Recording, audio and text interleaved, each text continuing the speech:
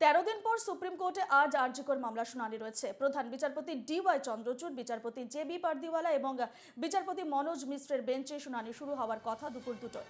এর আগে 4বার হয়েছে আরজিকর নিয়ে শুনানি। শেষ শুনানি হয়েছিল 17 সেপ্টেম্বর। আজ শুনানিতে নতুন তথ্য উঠে আসবে কি সেদিকে নজর গোটা দেশের। গত 12 দিনের তদন্তের গতি প্রকৃতি কত দূরে গিয়েছে এ বিষয়ে হলফনামা জমা দিচ্ছে সিবিআই এবং কয়েকদিন আগে শিয়ালদা স্পেশাল সিবিআই কোর্টে গুরুত্বপূর্ণ পর্যবেক্ষণে জানিয়েছিল সন্দীপ ঘোষের বিরুদ্ধে এমন গুরুতর অভিযোগ এবং তথ্য প্রমাণ উঠে আসছে যা থেকে তার ফাঁসির সাজা হতে পারে। সন্দীপ ঘোষের বিরুদ্ধে নতুন কি চাঞ্চল্যকর তথ্য প্রমাণ এবং লিড উঠে এসেছে তা উল্লেখ থাকতে চলেছে সিবিআইয়ের তদন্ত রিপোর্টে।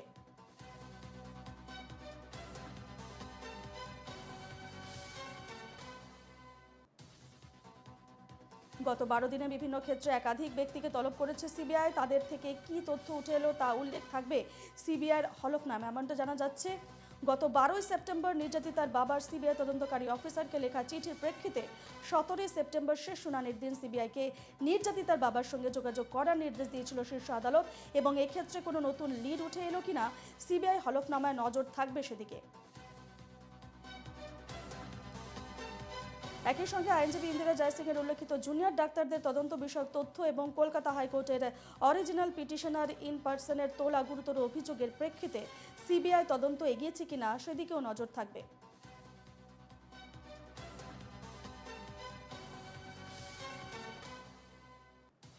13 দিন পর সুপ্রিম কোর্টে আজ আরজিকর মামলা শুনানি রয়েছে। প্রধান বিচারপতি DY চন্দ্রচূড়, বিচারপতি JB পারদিওয়ালা এবং বিচারপতি মনোজ মিশ্রের বেঞ্চে শুনানি শুরু হওয়ার কথা দুপুর 2টায়।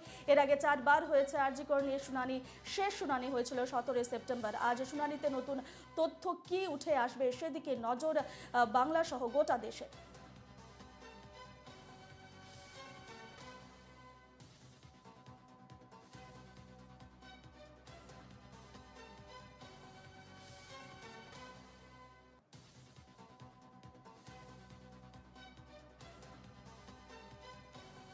আমরা এ নিয়ে বিস্তারিত জানবো। আমাদের সঙ্গে সরাসরি রয়েছেন আমাদের প্রতিনিধি দীপঙ্কর মণ্ডল আরজিকর হাসপাতাল থেকে। দীপঙ্কর, 13 দিন পর সুপ্রিম কোর্টে আজ আরজিকর মামলা শুনানি রয়েছে এবং বিভিন্ন আপডেটের দিকে আমাদের সেদিকে নজর রাখবে। তবে এই মুহূর্তে তুমি আরজিকর হাসপাতালে রয়েছে, জুনিয়র ডাক্তাররা আজ কতটা আশাবাদী? কারণ তারা ইতিমধ্যেই নিরাপত্তা নিয়ে প্রশ্ন তুলেছে এবং এর আগেও নিরাপত্তা নিয়ে আমরা দেখেছি সুপ্রিম কোর্টে বিভিন্ন প্রশ্ন তুলতে দেখা গেছে এবং নিরাপত্তার বিষয়টি খতিয়ে দেখা হবে, সেই বিষয়ে আজ সুপ্রিম কোর্টে উল্লেখ থাকতে পারে। সেক্ষেত্রে তারা আজ কতটা আশাবাদী জুনিয়র ডাক্তাররা?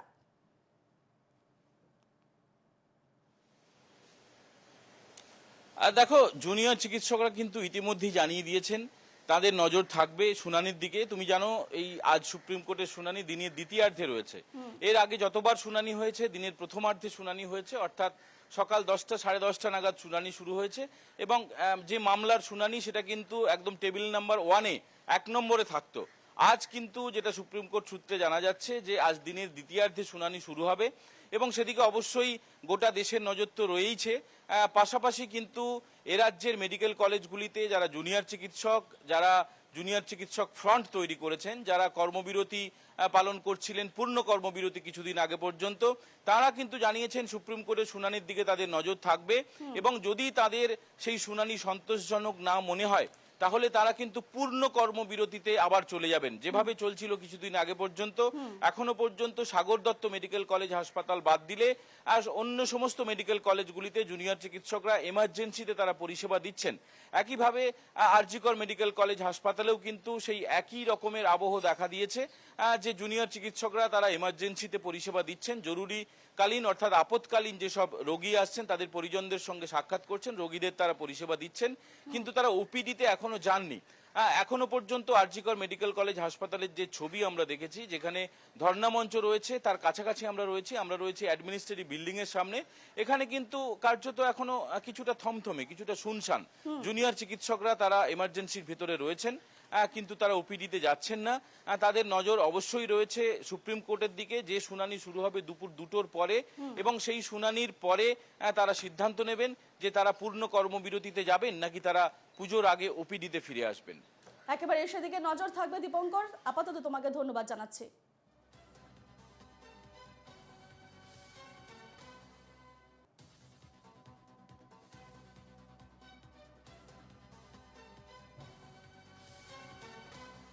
সুপ্রিম কোর্ট আরজিকর মামলা শুনানি আজ বেলা 2টোয় মামলা শুনানি রয়েছে। গত 12 দিনে তদন্তের গতি প্রকৃতি কত দূর এগিয়েছে এই বিষয়ে সিবিআই এদিন সুপ্রিম কোর্টে হলফনামা জমা দেবে।